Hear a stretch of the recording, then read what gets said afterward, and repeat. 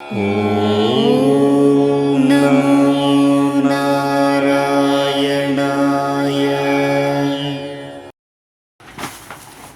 லக்ஷ்மி கடாட்சம் நேயர்கள் அனைவருக்கும் வணக்கம். இந்த பதிவில் நவராத்திரி பற்றி பார்க்கலாம்.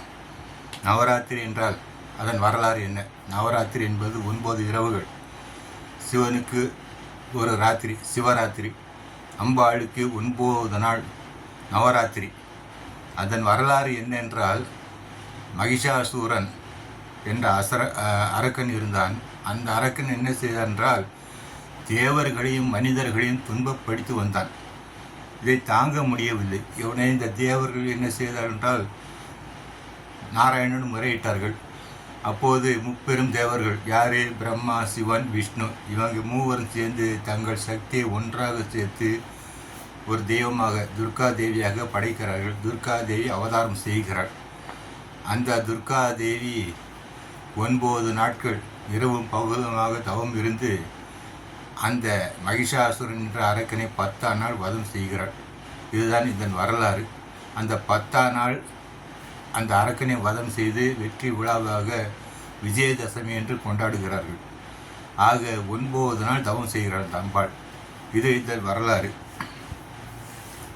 அந்த மகிஷாசுரனை அழிப்பதற்கு அந்த தேவர்கள் எல்லோரும் தங்கள் சக்தியை ஒருங்கிணைந்து அந்த தேவியை படைத்தார்கள் அல்லவா?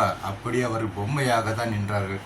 எனவே தான் அந்த கொலு பொம்மைகளை வைத்து அதை நினைவு கூறும் வகையில் நாம் வழிபடுகிறோம். இவையெல்லாம் இதன் வரலாறு.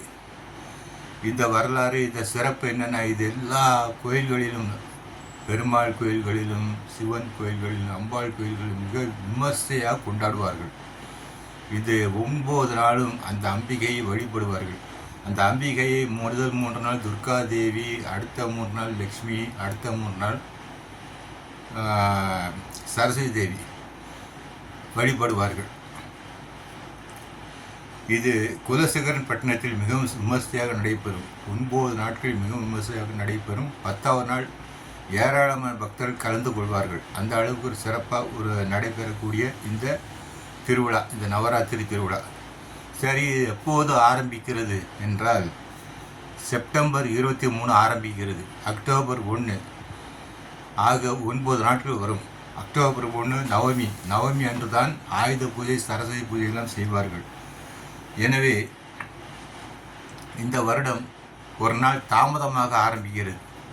அது ஏன் என்றால், இடையில ஒரு திதி 3 நாட்கள் வருகிறது. திருதிய திதி 3 நாட்கள் வருகிறது. எனவே தான் இந்த வருடம் ஒரு நாள் தாமதமாக ஆரம்பிக்கிறது.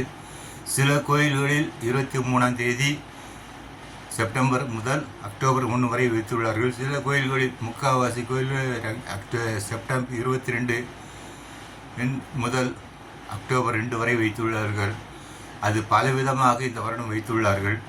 பார்த்தசாரி கோயிலில் செப்டம்பர் 23 முதல் அக்டோபர் 1 வரை நவராத்திரி உற்சவ விழா. ஆக ஒவ்வொரு கோயில்களில் ஒவ்வொரு விதமாக வைத்துள்ளார்கள். சரியான கணக்கு என்னென்றால், இந்த ஒரு தேதி கூட வருகிற படியால் செப்டம்பர் 23 தான் சரியான முறை. ஏனென்றால் 23 முதல் வைத்தோம்னா அக்டோபர் 1ஆம் தேதி 9 நாள் நிறைவடைகிறது. அதன் பிறகு அன்றைய தினம் சரஸ்வதி பூஜை. அதன் பிறகு விஜயதசமி 2ஆம் தேதி. அக்டோபர் 2 அன்று விஜயதசமி விழா. ஆக இது இந்த வருடம் இந்த மாதிரி அமைந்துள்ளது. இதுபோல் இந்த வருடம் அமைந்ததில்லை எனக்கு தெரிந்து. இந்த வருடம் தான் மிகவும் ஒரு மாதிரி ஒரு நாள் தாமதமாக நவராத்திரி விழா ஆரம்பிக்கிறது. அநேக கோயிலில் 22 கூட ஆரம்பிக்கிறார்கள். அது அவர்கள் சாஸ்திரம் என்னவோ, அந்த கோயிலின் வழக்கப்படி அது பிரதமையில் ஆரம்பிக்க வேண்டுமென்றால் அப்படியே ஆரம்பித்து விடுகிறார்கள். அவ்வளோ, வேறு ஒன்றும் இல்லை. ஒரு நாள் தாமதம் வர காரணம், இந்த வருஷம் ஒரு தேதி 3 நாட்கள் வருகிறபடியில் தான். மற்றபடி வேறு ஒன்றும் இல்லை. அதன் பிறகு இந்த திருவிழா ஒரு மிகவும் சிறப்பான ஒரு விழா. இந்த 9 நாட்களில் நாம் அம்பிகையை 3 தெய்வங்களாக, லட்சுமி, சரஸ்வதி, அது துர்கா தேவியை 3 நாள் வழிபட்டு அந்த தெய்வங்களின் அருளை நாம் பெறுவதற்கு ஒரு நல்ல பாக்கியம் நமக்கு. இதுபோல் இந்த நவராத்திரி விழாவில் தான் கிடைக்கும். சிவராத்திரியில் அந்த சிவனை ஒரு நாள் தான் வழிபடுவோம். ஆக ஒரு மிகவும் சிறந்த விழா இந்த நவராத்திரி விழா. அனைவருக்கும் அந்த தேவின் கடாட்சம் கிடைக்க வேண்டும் என்று நான் பிரார்த்திக்கிறேன். மங்களானி பவந்து.